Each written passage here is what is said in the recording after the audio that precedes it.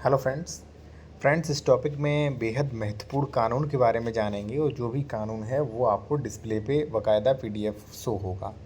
साथियों, ये कानून क्या है और कब आपके काम आने वाला है, मैंने आपको बताया कि रजिस्ट्री के बाद भी देखिए, रजिस्ट्री या बैनामा जिसे बोलते हैं, केवाला जिसे बोलते हैं, या जैसे सेल डीड विक्रय पत्र बोल सकते हैं, उसके बाद भी आपको कुछ कंडीशंस में अगर ज़मीन विवादित है, वहाँ पे विवाद हो रहा है, तो वहाँ पे कब्जा नहीं मिलेगा। और सेक्शन 54 के बारे में हम जो भी प्रोविज़न है इनके बारे में मैं आपसे बात करूँगा। साथियों, ये मैं आपको क्यों बता रहा हूँ कि जब भी आप प्रॉपर्टी खरीद रहे हैं तो सावधानी तरीके से खरीदना, और अगर कोई विवाद है तो इस पीडीएफ से, इस कानून से आप मैटर को सॉर्ट आउट करना। ठीक है, कोई भी नहीं बता पाएगा आपको। ठीक है, बहुत ही अच्छे वीडियो पे आप आ चुके हैं। ठीक है साथियों, एक चीज़ साथियों, और अगर आप किसी भी मैटर में लीगल एडवाइस लेना चाहते हैं या कोई डॉक्यूमेंट्स चेक करवाना चाहते हैं या प्रॉपर्टी परचेज कर रहे हैं उसका डॉक्यूमेंट्स वेरिफिकेशन करवाना है कि ज़मीन विवादित तो नहीं, तो कॉन्टैक्ट नंबर हमारा वीडियो के डिस्क्रिप्शन में मेंशन किया गया है। ठीक है, व्हाट्सएप मैसेज करें, डायरेक्ट कॉल मत करें उस पर। देखिए साथियों, एक चीज़ मैं आपको बताऊँ, ये कह क्या रहा है।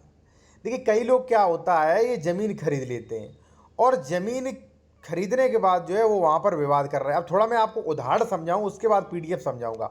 अब आपको उदाहरण नहीं समझ में आया तो पीडीएफ कानून का जान के क्या करोगे। देखिए साथियों, सबसे पहले मैं एक ये बता दूं कि ये कहाँ पे आपके काम आएगा, वो जान लीजिए। देखिए साथियों, कई बार क्या होता है कि जैसे मान लीजिए ये है 3 बीघा ज़मीन है। ठीक है, अब यहाँ पे ए और बी और सी, 3 लोग हैं, ए बी सी। अब यहाँ पे आप देख सकते हैं सी बाहर मैंने रखा है। मान लीजिए बी, ए और बी का कब्जा है। ठीक है, सी का इस पर कब्जा भी नहीं, इस जमीन पे गाटा संख्या 299 है, इस पे कब्जा भी नहीं प्लॉट नंबर पे। ठीक है, क्यों नहीं कब्जा? क्योंकि इस थोड़ी जमीन जो है अदर कोई दबंग व्यक्ति जो है वो कब्जा किए है। ठीक है, अब मान लीजिए सी ने आपको रजिस्ट्री कर दी, आपका नाम है डी, सी ने आपको रजिस्ट्री कर दी। तो अब आप आओ यहाँ पे, कई बार क्या होता है, ये जो जिसका कब्जा नहीं होता वह किसी दबंग व्यक्ति को बेचता है। अब वो दबंग डी आएगा, हो सकता है बी को परेशान करे, हो सकता है ए को परेशान करे, तो नहीं कर सकता है भाई। ठीक है, नहीं कर सकता, ऐसे बिल्कुल भी राइट्स नहीं है, चाहे भले इसने रजिस्ट्री करवा ली हो। अब कानून दूंगा इसका मैं।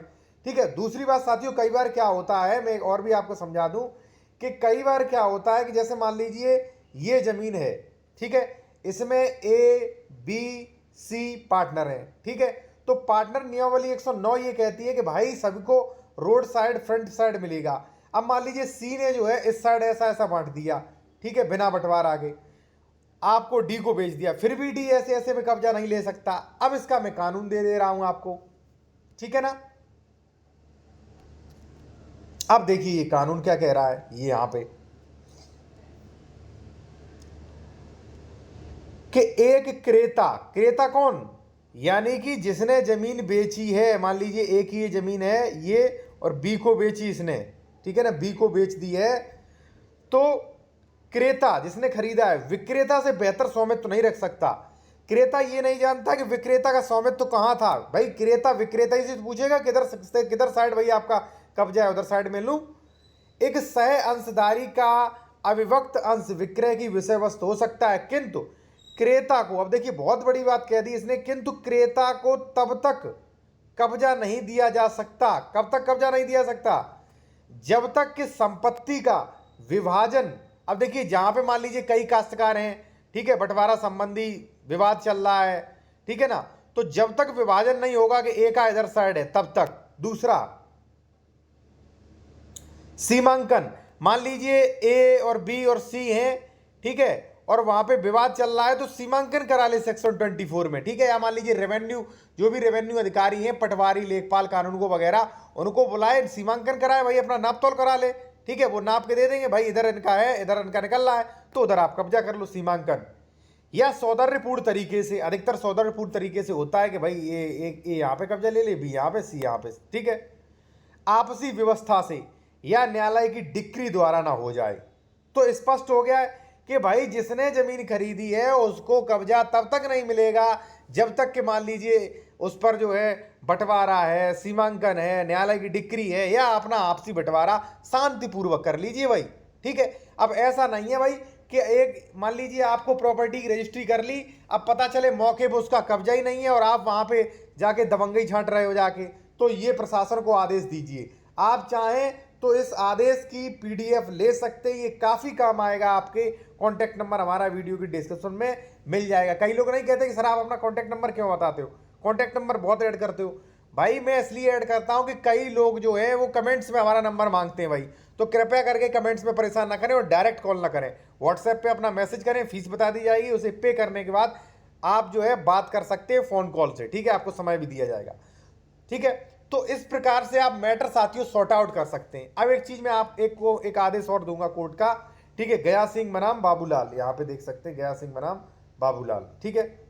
ये देखिए कि संयुक्त जोतकार के 100 खातेदारक में से कोई एक खातेदारक यदि अविभाजित जिसका बंटवारा वगैरह नहीं हुआ है, ठीक है, विशिष्ट भाग का अंतरण करता है, तो अंतरित ऐसे विक्रय विलेख के आधार पर दाखिल खारिज का दावा करने के लिए हकदार नहीं होगा।